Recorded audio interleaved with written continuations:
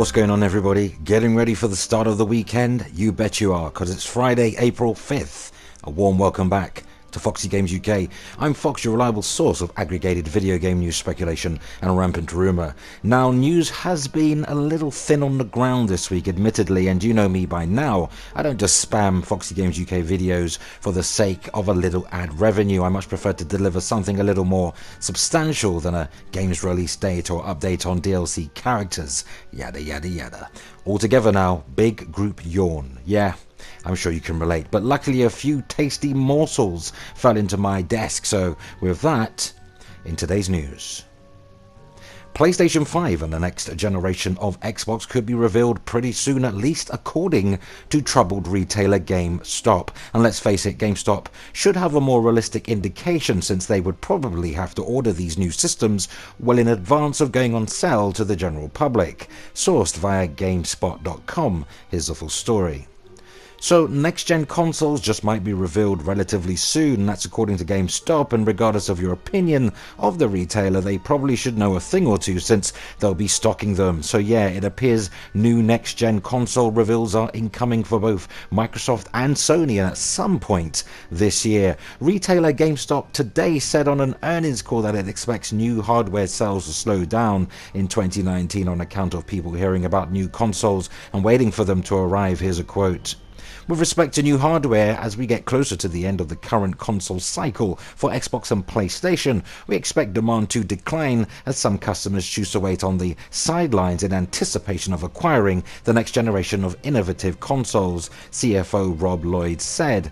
Now, Lloyd was specifically talking about business elements that GameStop shared with analysts to really help provide context for 2019. This suggests that new consoles from Microsoft and Sony may be announced and/or possibly released this year, though there's some doubt on the latter part. Microsoft is rumored to announce one or multiple new consoles at E3 in June, while Sony is known to be working on a new PlayStation console. Sony is not coming to E3 this year, but that doesn't mean the company won't have news to share at other venues at some point. Nintendo meanwhile could announce multiple new Switch models at E3 and release them shortly after. Now, Lloyd specifically mentions Xbox and PlayStation in his comments, but not a word on Nintendo. There has been numerous rumors and reports about Microsoft's new consoles, a lot more than new systems from PlayStation and Nintendo, and you can check out GameSpot's rundown on all of the big rumors about hardware on that particular site. Now, in other news about GameStop, the retailer announced a $673 million full year loss. Despite the downturn, the retailer is optimistic about its future, thanks in part to new cost saving and profit improving efforts to be implemented by incoming CEO George Sherman. Now, I've got a bit of concern about the whole cost saving. Does that mean people will lose their jobs? More than likely, stores will have to close in some locations. However, let's wait for the misery before, willing it on. In other news, I am not entirely sure exactly how much stock we should put into this latest news piece, though with any of these so-called leaks and rumors, I would strongly exercise caution and take this with that old cliche, a pinch of salt. With that being said,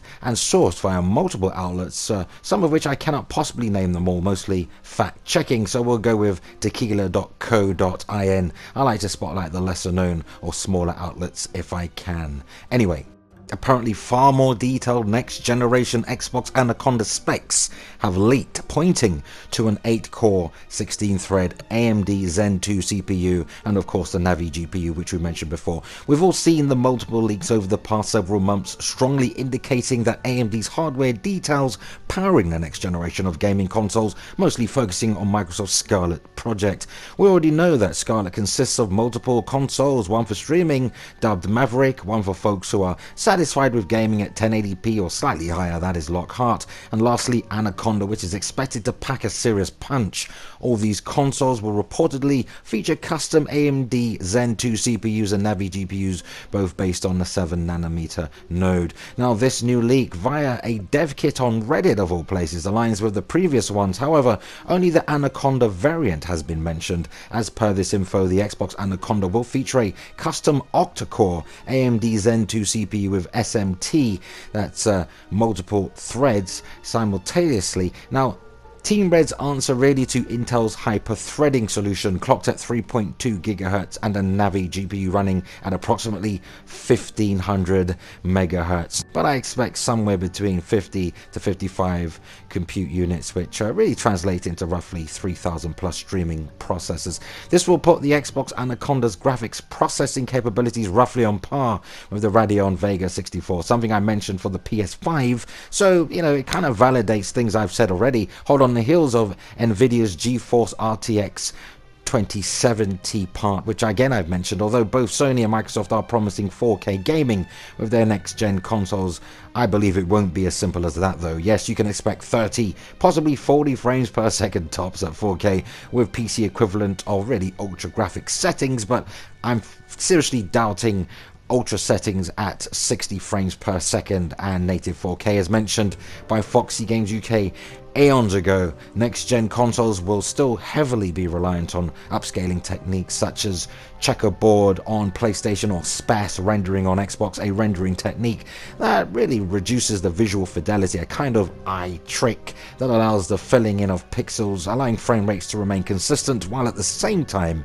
keeping or at least getting as close to the promise of 4K gaming on compatible displays. Of course, this is indeed a rumor at this point, so Microsoft may very well be able to produce a higher tiered premium Xbox Anaconda and ultimately deliver on the promise of true 4K at 60 frames per second across the board. Though, ladies and gentlemen, take my foolish advice and please temper your expectations, because how much Microsoft will charge the consumer for the privilege of such high tier, high caliber gaming is anyone's guess at this point. Now, concerning storage and memory, well, let's just say it may even be a harder pill to swallow. As per the Reddit dev kit, the Xbox Anaconda will feature a total, really a whopping 48GB of GDDR6 RAM and 4TB of SSD NVMe storage. Usually the retail and dev kits have a differential of around 50%. That is to say, for example, 48GB of RAM in a dev kit really would likely translate to around 24GB of RAM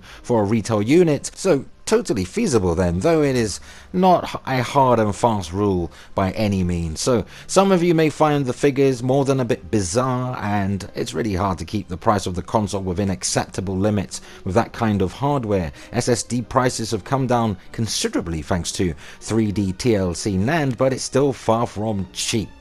Hate that word. More affordable. Now, GDDR6 memory on the other hand is still fairly expensive, and to pack 48GB of it into a gaming console may just be quite absurd. Now, the previous leak pegged the memory at around 16GB, while the storage capacity was expected to be around 1TB, and to be fair, that was far more believable. If you were to really ask me, and it's a jolly good thing you did, it seems the writer of said article has made a bit of a boo-boo, because more realistically I would hazard a guess that Xbox Anaconda is unlikely to include the prohibitively expensive SSD drive. More likely, any next-gen Xbox and PlayStation hardware would have to include a bog-standard 5400 RPM hard drive or 7200 RPM at best as the absolute upper limit in order to keep costs down for the consumer. However, saying that, there is an ever oh so slim chance the actual specs may lie somewhere in between the two aforementioned, as the Xbox One X does after all include 12GB of GDDR5 memory and 1TB of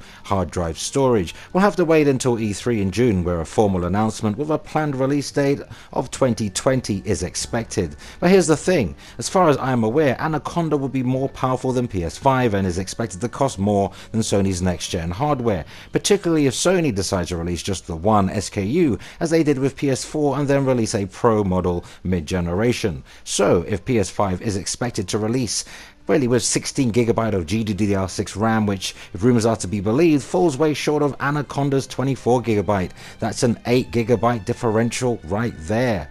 Plus, PS5's GPU speed is said to be slightly slower than Anaconda's. Anaconda is rumoured to have an 8-core 16-thread monster, as I mentioned, whereas PS5 is able to match this spec, but again using a slower version of the Zen 2 CPU.